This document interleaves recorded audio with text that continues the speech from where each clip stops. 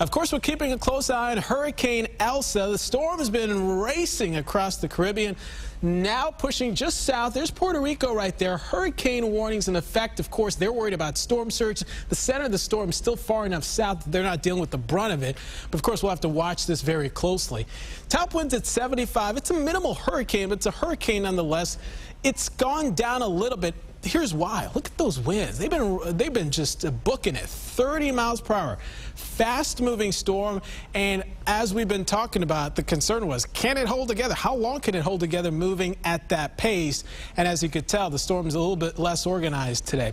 All right, here's what's going to happen. The storm, a lot of model agreement here, is going to split the difference between Cuba and Jamaica. Likely still is a hurricane, but then land interaction here will likely cause it to weaken. I know it's moving very fast now, but the models will show that the storm, I think, is going to slow down somewhat over this region as it moves into the western periphery of the steering currents that's steering the storm, and then eventually starts to move on towards the north. Then we'll watch this as it moves into the Gulf, possibly.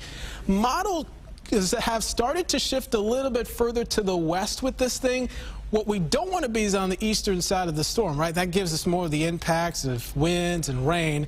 So we'll have to kind of watch this. Still a lot of possible solutions. The storm could be as far east as here, or it could be further to the west with even less impact. So this could be a minimal storm with minimal impacts, or we could be talking about a bigger event. A lot of those details still have to be fine-tuned. So just stay with us. Holiday plans, check back in. Of course, you've got your hurricane plans already prepared.